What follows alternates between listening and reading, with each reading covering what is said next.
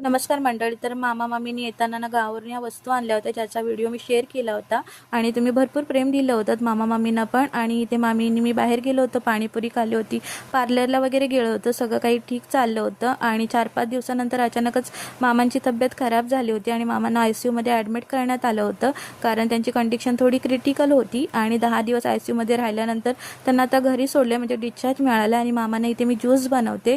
तर काल ना मी ह्याच व्हिडिओमध्ये ना मामांची एक छोटीशी क्लिप टाकली होती हॉस्पिटलची.